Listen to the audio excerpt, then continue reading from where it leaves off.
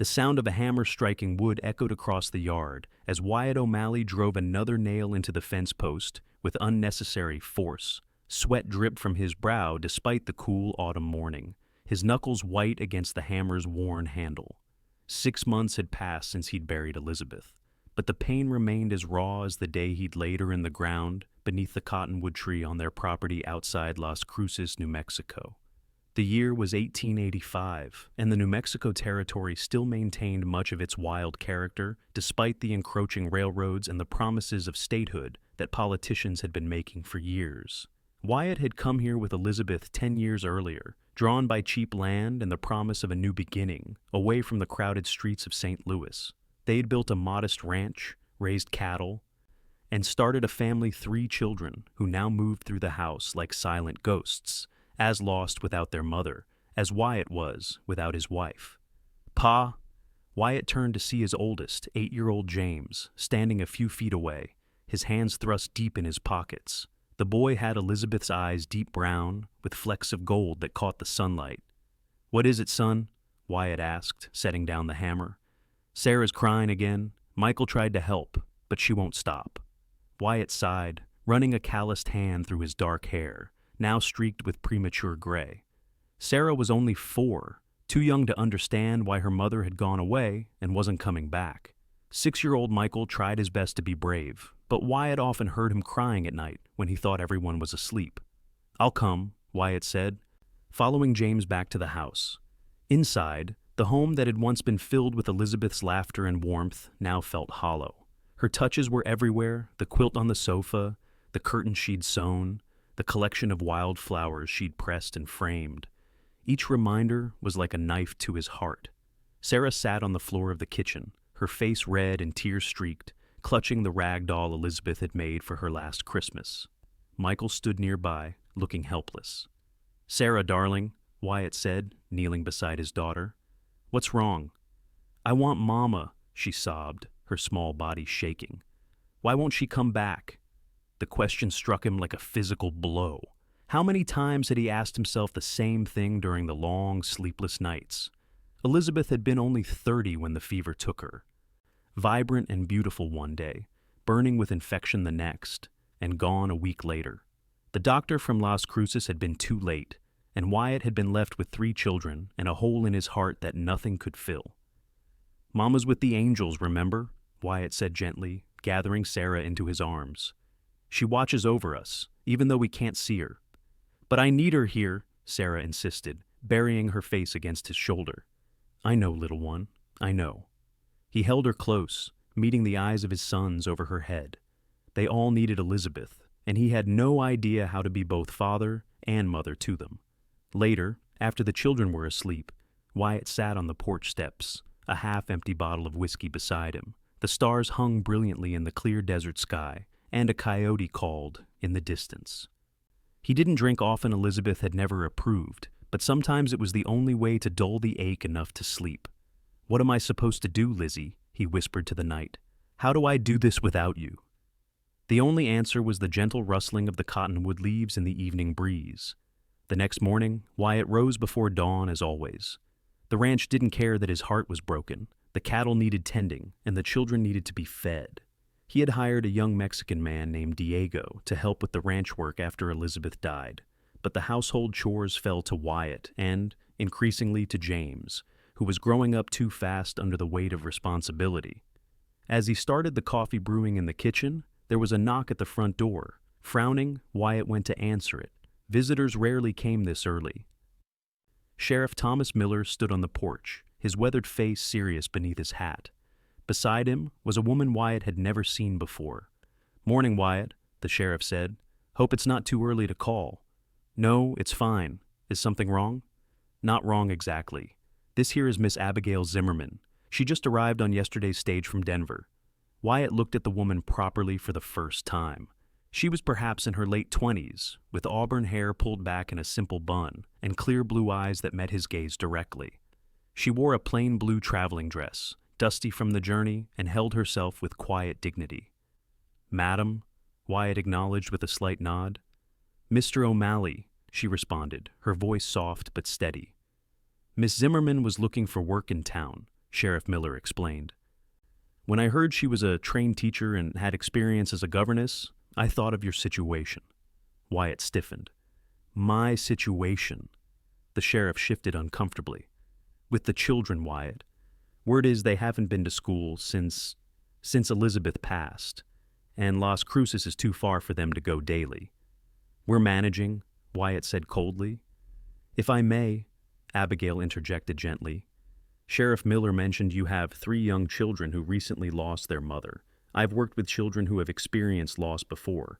I could teach them here at your home and help with household matters. We don't need charity. It's not charity, Mr. O'Malley. I need employment and you need help. It seems a fair arrangement to me. Before Wyatt could respond, a small voice called from behind him. Pa? Who's that lady? Sarah stood in the hallway, her nightgown rumpled, her blonde curls tangled from sleep. Michael and James appeared behind her, curious. Abigail smiled at the children. Hello there. My name is Miss Zimmerman. Sarah moved forward shyly. I'm Sarah. I'm 4. She held up 4 fingers. It's very nice to meet you, Sarah, Abigail said, kneeling to the child's level, despite her long skirt. That's a lovely doll you're holding. Sarah clutched her rag doll tighter. Mama made her for me. Her name is Daisy. A shadow crossed Abigail's face. She must have loved you very much to make such a beautiful doll. Wyatt watched the interaction, torn. He didn't want a stranger in their home, stepping into the spaces Elizabeth had left, but looking at his children's faces, suddenly animated in a way they hadn't been for months, he felt his resolve weakening. Why don't you come in, Miss Zimmerman? He said finally. We can discuss this further. Sheriff Miller tipped his hat. I'll leave you to it then. Miss Zimmerman's things are in my wagon. I'll bring them up. Inside, Wyatt offered Abigail coffee, which she accepted gratefully. The children hovered nearby, openly curious about this new woman in their kitchen. Where are you from, Miss Zimmerman? James asked. I grew up in Boston, but I've lived in Denver for the past few years. Before that, I worked for a family in St. Louis. We came from St. Louis, Michael exclaimed. Right, Pa? Wyatt nodded, studying Abigail over the rim of his coffee cup. She seemed at ease with the children, answering their questions patiently. When Sarah climbed onto the bench beside her, showing her Daisy and chattering about how her mother had made the doll's dress from a piece of her own Sunday best, Abigail listened attentively, her eyes soft with compassion. Mr. O'Malley, she said, when the children had been sent to dress for the day, I understand your hesitation. Losing your wife must have been devastating for all of you. Wyatt's jaw tightened. He didn't want to discuss Elizabeth with this stranger. Abigail seemed to sense his discomfort. I'm not trying to replace her. No one could. But your children need education, and... She glanced around the kitchen, noting the unwashed dishes and general disarray. It seems you could use some help with the household. And what would you want in return? Wyatt asked bluntly. Room and board and a modest salary. I've saved some money, but not enough to establish myself independently yet. Why Las Cruces? It's not exactly Boston or Denver. A brief shadow passed over her face. I needed a change. The family I worked for in Denver, there were complications. I thought a fresh start would be best. Wyatt raised an eyebrow, but she didn't elaborate. Instead, she straightened in her chair. Mr. O'Malley, I'm good with children. I'm educated, I can run a household efficiently, and I'm not afraid of hard work. Give me 2 weeks. If at the end of that time you're not satisfied, I'll leave with no hard feelings. Wyatt considered her offer. The truth was they were barely managing. The house was a mess. The children were falling behind in their studies, and he was exhausted trying to run the ranch and care for them alone. 2 weeks, he agreed finally. You can use the small bedroom off the kitchen. It's not much. I'm sure it will be fine, Abigail said, smiling for the first time. The expression transformed her face, bringing warmth to her blue eyes.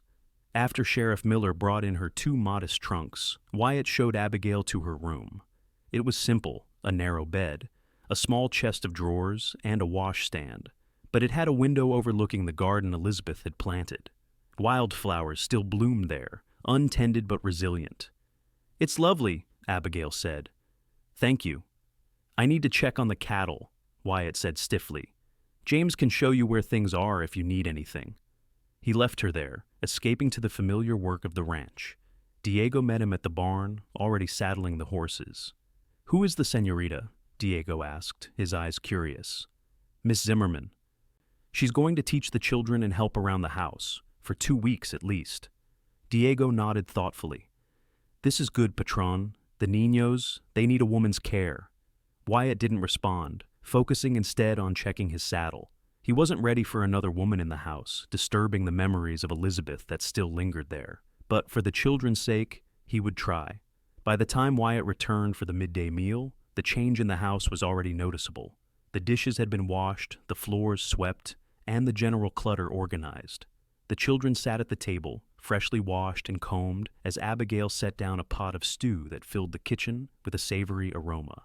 "We helped Miss Abigail make bread," Sarah announced proudly, pointing to a loaf cooling on the windowsill. "And she's going to teach us about maps after lunch," Michael added. Wyatt washed his hands at the pump outside before joining them. The stew was simple but flavorful, reminding him that he and the children had been eating the same basic meals: beans, salt pork, cornbread for months, lacking Elizabeth's talent in the kitchen. "This is good," he admitted reluctantly after his first bite. "Thank you," Abigail replied. "I found some vegetables in the garden that were salvageable. With your permission, I'd like to work on restoring it. Fresh produce would be a welcome addition to your table." "Elizabeth loved that garden," Wyatt said, his voice tightening. A brief silence fell over the table. Then Abigail spoke softly. "She must have had a wonderful touch with plants. The rose bushes are still beautiful, despite the neglect." "Mama used to let me help water them," Sarah said. "Can I help you, Miss Abigail?" "I would love that, Sarah." After lunch, Abigail set up an impromptu schoolroom on the porch, using books she had brought in her trunk. Wyatt watched from a distance as she engaged the children in a geography lesson, showing them maps and telling stories about the different places she had visited. James, who had been particularly withdrawn since his mother's death, seemed captivated by tales of Boston Harbor and the Rocky Mountains. Later, as Wyatt chopped wood for the evening fire, he heard laughter, the first genuine laughter he'd heard from his children in months.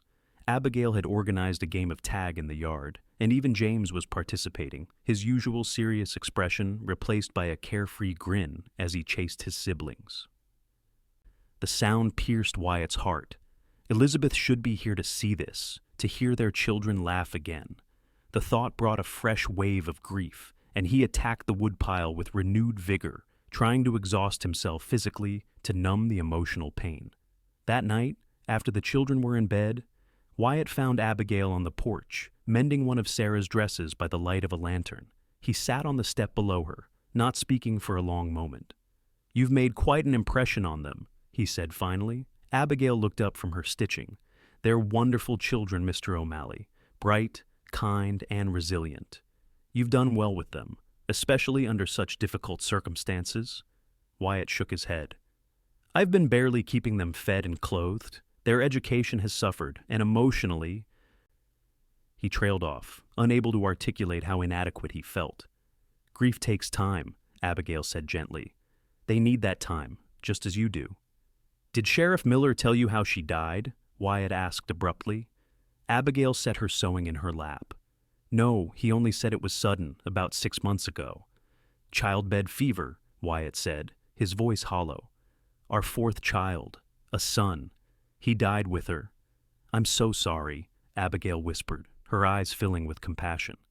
"The doctor said there was nothing anyone could have done, but I should have gotten him sooner, should have recognized how serious it was." "You can't blame yourself, Mr. O'Malley." "Can I?" Wyatt stood abruptly. "Good night, Miss Zimmerman." He left her on the porch, retreating to the bedroom he had shared with Elizabeth. Her hairbrush still sat on the dresser. A few strands of her golden hair caught in the bristles. Wyatt touched it gently, then turned away, knowing sleep would elude him yet again. Over the next few days, a routine began to establish itself. Wyatt and Diego would work the ranch during the day, while Abigail taught the children in the mornings and attended to household matters in the afternoons. The house grew cleaner, more organized, and somehow less painful to inhabit. The smell of fresh bread often filled the kitchen, and Abigail had indeed begun restoring Elizabeth's garden, with Sarah as her eager assistant. Wyatt found himself watching Abigail when she didn't notice. She was different from Elizabeth in almost every way, quieter, more reserved, with a thoughtfulness that contrasted with Elizabeth's spontaneous nature. Yet there was a strength to her that he couldn't help but admire. Whatever complications had driven her from Denver, she had clearly overcome them enough to build a new life. One evening, a week into Abigail's stay, a thunderstorm rolled in from the mountains. The children, who had always been frightened of storms, gathered in the parlor as lightning flashed and thunder shook the windows. "Can you tell us a story, Miss Abigail?" Sarah asked, clutching Daisy tightly. "Of course," Abigail said, settling into the rocking chair that had been Elizabeth's favorite spot. "What kind of story would you like?" "A brave one," Michael requested. "With adventure." Abigail thought for a moment, then began a tale about a young explorer who sailed across dangerous seas to find new lands. Her voice rose and fell with the rhythm of the story, and even Wyatt, pretending to read a newspaper in the corner, found himself drawn in. When a particularly loud crash of thunder made Sarah jump, Abigail seamlessly incorporated it into the story. That's the sound of the sea monster rising from the depths, transforming the child's fear into excited anticipation. By the time the story concluded, with the explorer successfully navigating home after many adventures, the storm had passed, and the children were heavy-eyed with sleep.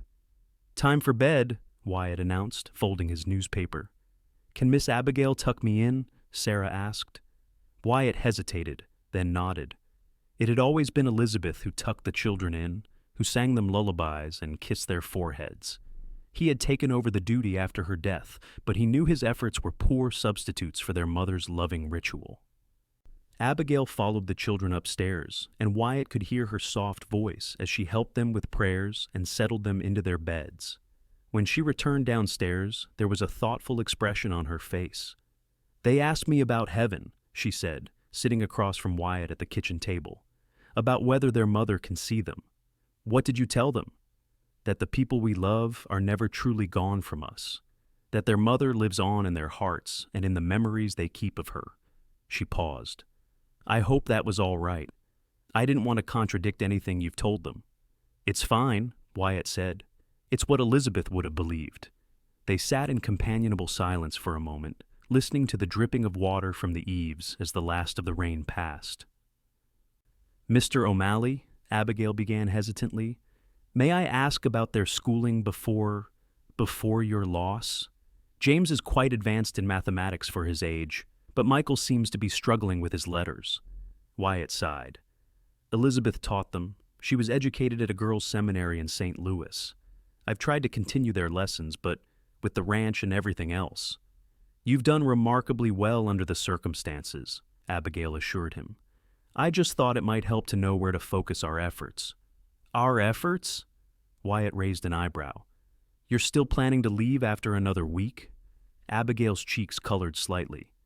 "I didn't mean to presume. Of course our arrangement was for 2 weeks."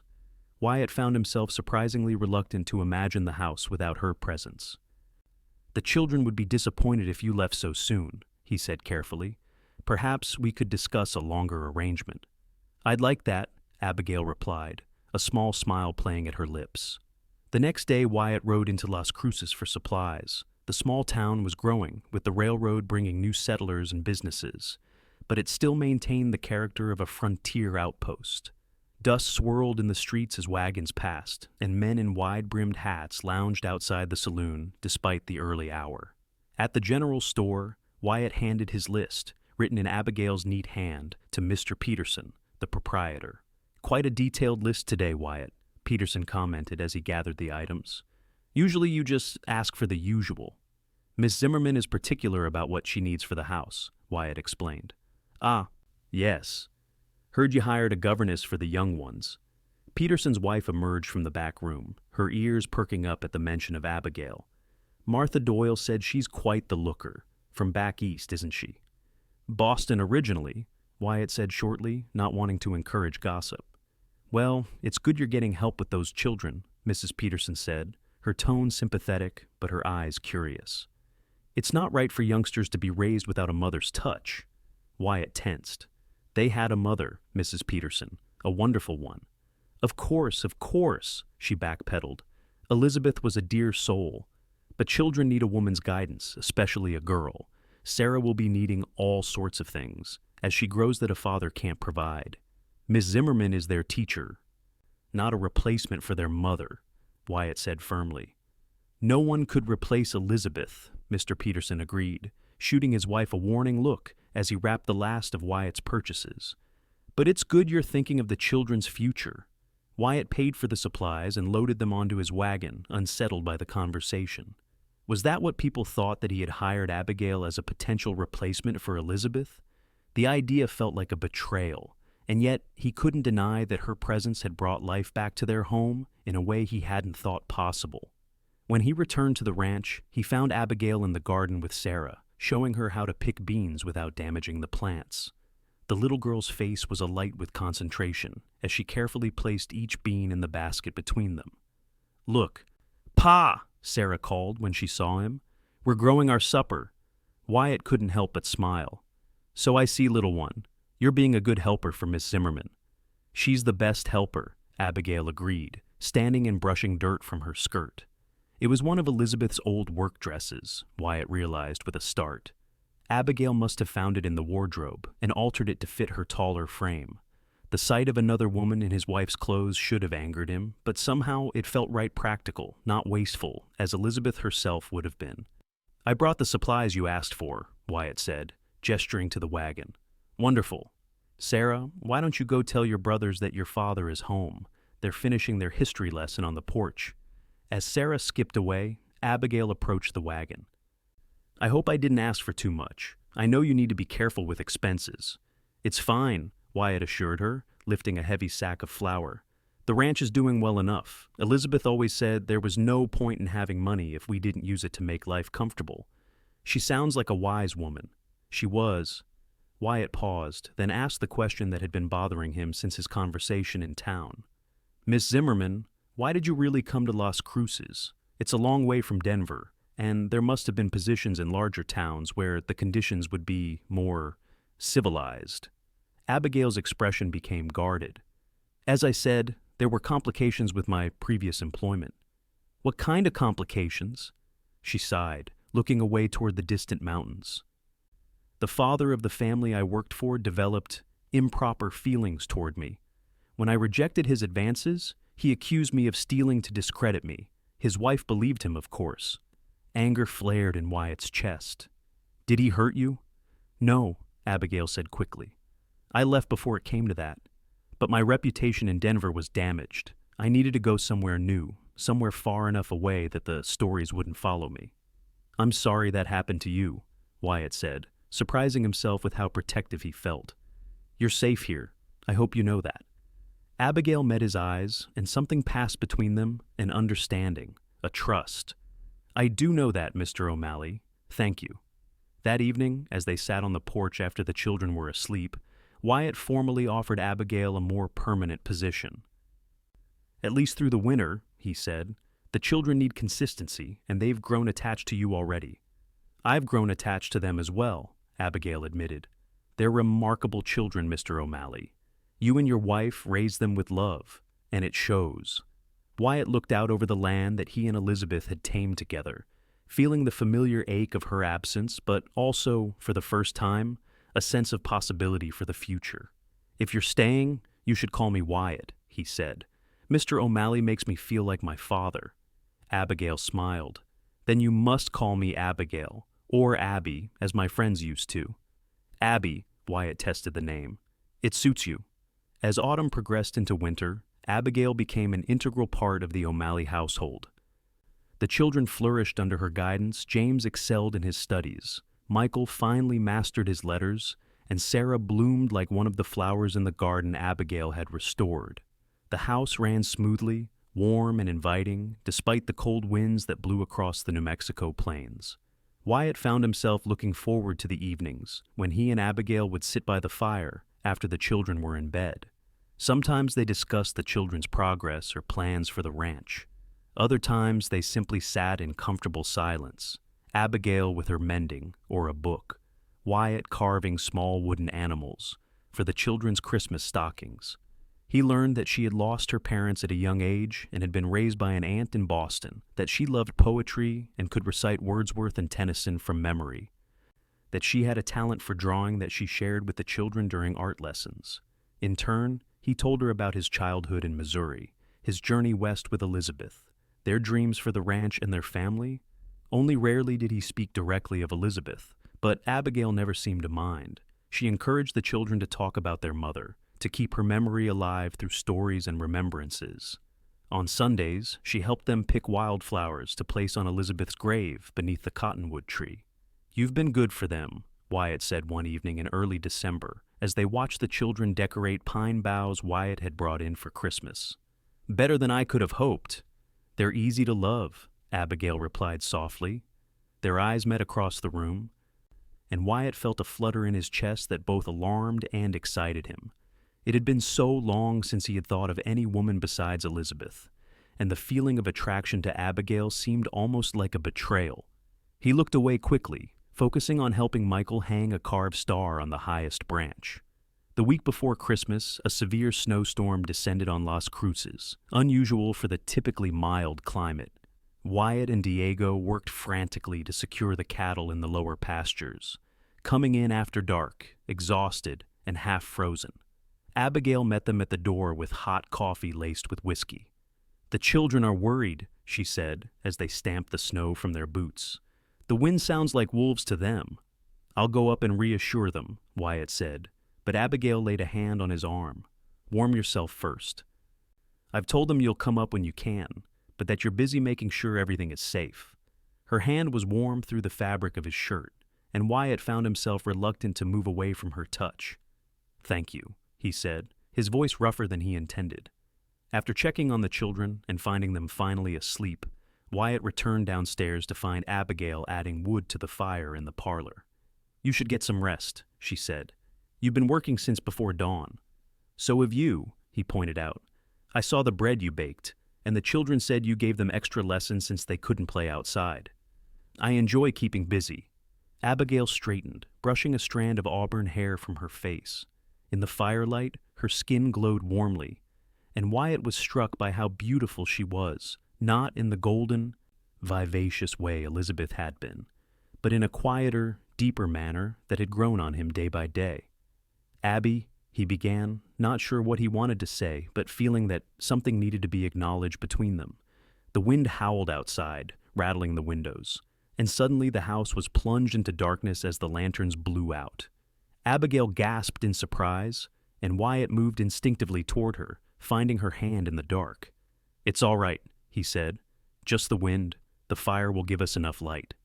They stood close together, hands still joined, illuminated by the flickering flames. Wyatt could smell the lavender soap Abigail used, could see the pulse beating at the base of her throat. For a moment, he thought of leaning down to kiss her, of discovering if her lips were as soft as they looked. But then a cry from upstairs broke the spell, Sarah frightened by the sudden darkness. Abigail stepped back, releasing his hand. "I'll check on her," she said, her voice slightly breathless. "No, I'll go." Wyatt needed the distance, needed to clear his head of the confusing emotions that threatened to overwhelm him. As he comforted Sarah back to sleep, stroking her blonde curls so like her mother's, guilt washed over him. How could he be thinking of another woman when Elizabeth had been gone barely a year? What kind of man was he, to have his heart betrayed so quickly? For the next few days, Wyatt maintained a careful distance from Abigail, rising earlier and returning later, taking his meals quickly and retreating to the barn for evening chores that could have waited until morning. If Abigail noticed his withdrawal, she didn't comment on it, continuing to care for the children and the house with her usual efficiency. On Christmas Eve, the children insisted that Abigail join them for their traditional reading of The Night Before Christmas, a book Elizabeth had brought from St. Louis. As Abigail's clear voice brought the story to life, the children nestled against her on the sofa, their faces rapt with attention. Watching them, Wyatt was struck by a painful truth. They needed more than he alone could give them. They needed the nurturing, the patience, the feminine guidance that Abigail provided. They needed, as Mrs. Peterson had so bluntly put it, a mother's touch. After the children had hung their stockings and gone to bed with excited whispers about the morning to come, Wyatt helped Abigail arrange the small presents they had prepared: wooden toys he had carved, new mittens she had knit, peppermint sticks and oranges from the general store. "Thank you for making this special for them," Wyatt said as they worked. "Last Christmas was difficult." "The first holidays after losing someone always are," Abigail replied. "My first Christmas after my parents died, I couldn't bear to even look at a decoration. My aunt finally coaxed me into helping her make cookies. And somehow, the simple act of continuing tradition helped me feel connected to them again." Elizabeth loved Christmas, Wyatt said, surprising himself by bringing up his wife directly. She would start planning months in advance, saving egg money for special treats, sewing new clothes for the children to wear to the Christmas service. "She sounds wonderful," Abigail said gently. "She was." Wyatt hesitated, then continued. "I've been afraid that if I let go of the pain of losing her, I'll somehow be letting go of her. That if I allow myself to be happy again, it would mean I didn't love her enough." Abigail touched his arm lightly. "I don't believe that's true, Wyatt. I think the greatest tribute to love lost is to find the courage to love again, not to replace what was, but to honor it by continuing to live fully." Her words resonated deep within him, articulating feelings he hadn't been able to express even to himself. "Is that what you believe?" "Yes," she said simply. "I believe Elizabeth would want you and the children to be happy, even if she can't be here to share in that happiness." Wyatt looked at her, really looked at her, and saw not a replacement for Elizabeth, but a woman of compassion and strength who had brought light back into their lives when they needed it most. "Abby," he said softly, "I'm glad you came to Las Cruces." "So am I," she replied, her eyes shining in the candlelight. Christmas Day dawned clear and cold, with sunlight sparkling on the snow that blanketed the landscape. The children woke at first light, their excited voices filling the house as they discovered their stockings and presents. Wyatt watched them, his heart full, as Abigail helped Sarah with the new hair ribbons she had received and admired the drawing James had made for her, a careful rendition of the ranch house with all of them, including Abigail, standing in front. Later, neighbors from nearby ranches came for Christmas dinner, a tradition Elizabeth had started years ago. The house was filled with conversation and laughter, the table laden with the turkey Wyatt had shot, vegetables from their root cellar, and the pies Abigail had baked. Mrs. Rodriguez, whose ranch bordered theirs to the south, cornered Wyatt in the kitchen as he was bringing in more firewood. "That Miss Zimmerman," she said, nodding toward Abigail, who was serving pie to Mr. Jenkins, an elderly widower who lived alone a few miles away. "She's good for you and the niños, Wyatt. Elizabeth would approve." "She's just their teacher, Rosa," Wyatt protested, though the words felt hollow even to him. Mrs. Rodriguez gave him a knowing look. "For now, perhaps. But I see how you look at her when you think no one is watching. And how she looks at you." Wyatt felt his face warm. "It's too soon," he muttered. "Life is short, mi amigo. Elizabeth knew this better than most. She would not want you to waste the precious time you have." Mrs. Rodriguez patted his arm and returned to the party, leaving Wyatt with his thoughts. As winter gave way to spring, the ranch flourished under Wyatt and Diego's care, and the children continued to thrive with Abigail's guidance. Wyatt found himself looking at her more often, noticing the graceful way she moved, the patience she showed with Michael's reading struggles, the joy she took in Sarah's emerging personality. He noticed, too, how the strain had gradually left her face, how she laughed more easily now, how she had made this place her home. One April afternoon, Wyatt returned from checking the herd to find the house empty except for Diego, who was repairing a chair on the porch. "Where is everyone?" Wyatt asked, surprised by the unusual quiet.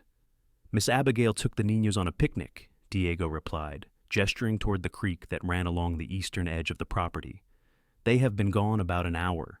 Wyatt headed in that direction, following the path that wound through cottonwood trees just beginning to leaf out. He heard the children before he saw them, their laughter carrying on the spring breeze. Rounding a bend, he stopped, taking in the scene before him. Abigail sat on a blanket spread beneath a large cottonwood, a book open on her lap. The children were wading in the shallow creek, their pants rolled up to their knees, searching for interesting stones and calling to each other with their discoveries. Sarah's blonde curls bounced as she bent to retrieve a particularly shiny pebble, while James tried to show Michael how to skip stones across the water's surface. The tableau struck Wyatt with its simple perfection, childhood joy, nature's beauty, and Abigail's serene presence bringing it all together. In that moment, he knew with absolute clarity that he had fallen in love with her, not as a replacement for Elizabeth, but as a separate, equally valuable love that had grown slowly and steadily from respect and gratitude into something profound. He must have made a sound because Abigail looked up from her book, shading her eyes against the sun. Seeing him, she smiled that warm, genuine smile that had become so precious to him. "We didn't expect you back so early," she called. "Come join us. The children have found enough treasure to fill a museum." The children spotted him then, calling excitedly for him to see what they had discovered. Wyatt walked toward them, his heart lighter than it had been in a very long time. That evening, after the children were asleep, Wyatt asked Abigail to walk with him. The night was mild, stars brilliant in the clear desert sky, and a crescent moon hung low over the mountains. "James has made remarkable progress with his mathematics," Abigail was saying, as they strolled toward the cottonwood tree where Elizabeth was buried. "He has a natural aptitude for numbers that could serve him well if he decides to pursue further education." "You've done wonders with all of them," Wyatt said. "I don't know how to thank you." "There's no need for thanks. I love teaching them, watching them grow and learn." She paused. "I've come to love them very much." They had reached the cottonwood tree, its branches rustling softly in the evening breeze. Elizabeth's grave was marked by a simple wooden cross, around which spring wildflowers had begun to bloom, some planted by Abigail and Sarah, others volunteering on their own, as if nature itself wished to honor the woman who rested there. Wyatt took a deep breath. "Abby, there's something I need to say." She turned to face him, her expression open and attentive in the moonlight. "When Elizabeth died, I thought part of me died with her," he began. "I couldn't imagine ever feeling whole again, ever finding joy or purpose beyond taking care of the children and the ranch. And then you came into our lives. Wyatt, please, let me finish." He took her hands in his. "You didn't try to replace Elizabeth. You honored her memory while helping us move forward. You gave the children what they needed, what I needed, without ever diminishing what we had lost." Abigail's eyes shone with unshed tears. "The children are extraordinary," she said softly. "It was easy to love them." "And what about their father?" Wyatt asked, his voice barely above a whisper. "Could you love him too, broken as he is?" A tear slipped down Abigail's cheek. "Oh, Wyatt, I already do." Joy surged through him, unexpected and overwhelming.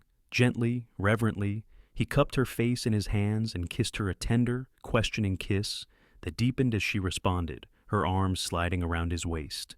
When they finally parted, Wyatt rested his forehead against hers. "I never thought I'd feel this way again," he admitted. "It feels like a miracle."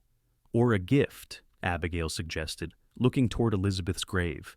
"A reminder that life continues, that love endures in different forms." "Will you marry me, Abby?" Wyatt asked, the words coming naturally, without the hesitation he might have expected. "Will you be my wife, a mother to my children, a partner in whatever life brings us?" "Yes," she answered without hesitation. "With all my heart, yes." The next morning, Wyatt gathered the children in the parlor, Abigail beside him. They looked at him curiously, sensing something important was about to be shared. "Children, Miss Abigail and I have something to tell you," Wyatt began, taking Abigail's hand in his. "Are you getting married?" James asked suddenly, his perceptive gaze moving between them. Wyatt blinked in surprise. "Yes, actually. How did you know?" James shrugged. "You look at her the way you used to look at Mama, and she looks at you the same way." "Are you going to be our new mother?" Sarah asked Abigail directly, her expression serious. Abigail knelt to the little girl's level. "I would be honored to be your mother, Sarah, but I know that you already have a mother who loves you very much, even though she's in heaven now. I won't try to replace her. I'll just try to love you as well as she would want you to be loved." Sarah considered this, then threw her arms around Abigail's neck. "I think Mama would like that. She always said love makes everything better." Michael, who had been quiet, finally spoke. "Will we call you Mother now instead of Miss Abigail?" Abigail looked at Wyatt, who nodded encouragingly. "You can call me whatever feels right to you," she told Michael. "We'll figure it out together, as a family." "Family," Michael repeated, testing the word. Then he smiled. "I like that." The wedding took place in early June, when the desert was abloom with wildflowers. It was a simple ceremony held at the ranch, with Reverend Thompson from Las Cruces officiating, and neighbors and friends gathering to celebrate. The children stood proudly beside their father and new mother, Sarah scattering flower petals from Elizabeth's garden along the path. Mrs. Rodriguez, wiping tears from her eyes, hugged Wyatt after the ceremony. "Elizabeth is smiling down on you today, mi amigo," she said. "She sent you an angel to heal your broken heart." Looking at Abigail in her simple white dress, a crown of wildflowers in her auburn hair, Wyatt could almost believe it was true. Perhaps Elizabeth had guided Abigail to them, knowing she was exactly what they needed to become whole again. That night, after the guests had departed and the children were asleep, Wyatt and Abigail stood together on the porch, looking out at the land that was now truly theirs together. "Are you happy, Mrs. O'Malley?" Wyatt asked, his arm around her waist.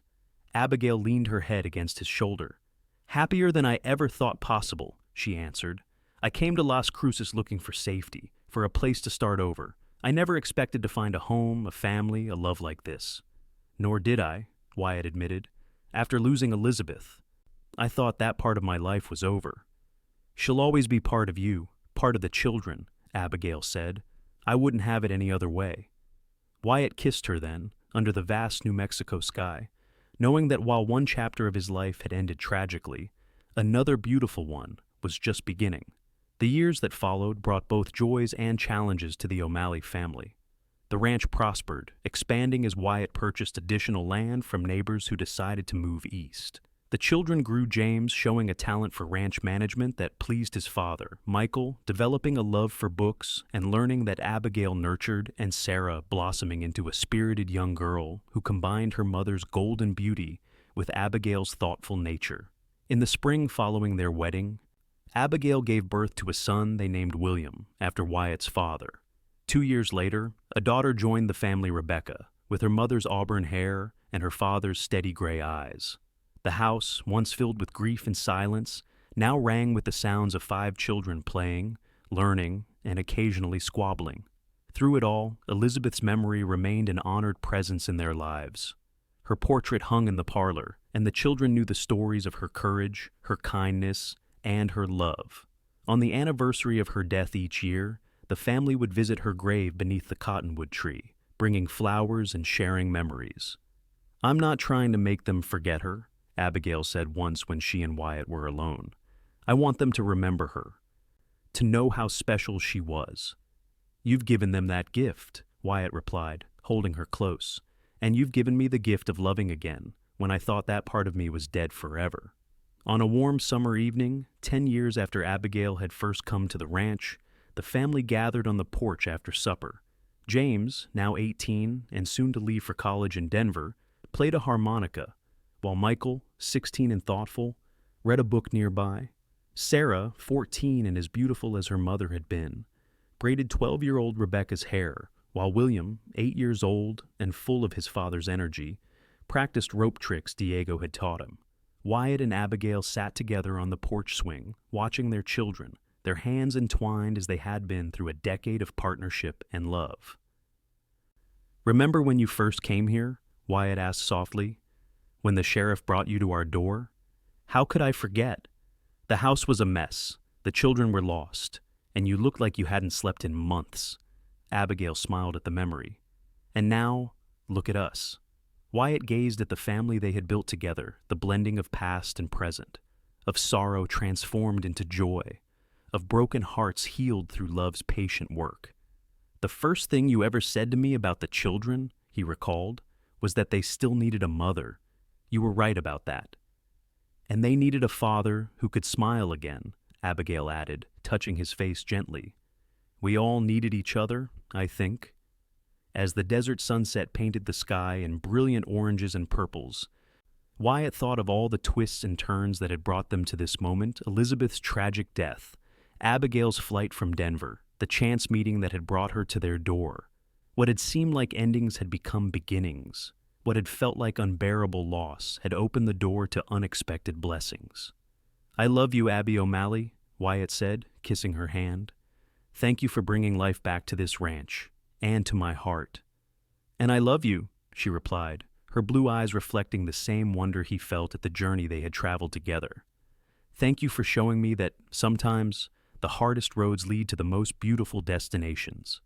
The children called them to join in a game as twilight deepened into night, and Wyatt and Abigail rose together, moving toward the family that had been forged from grief and hope, from ending and beginning, from two separate loves that had created something entirely new and precious beyond measure. And in the branches of the cottonwood tree that stood sentinel over the ranch, the evening breeze rustled like a benediction, a reminder that love in all its forms endures even beyond death, flowing from one heart to another in an eternal, healing stream.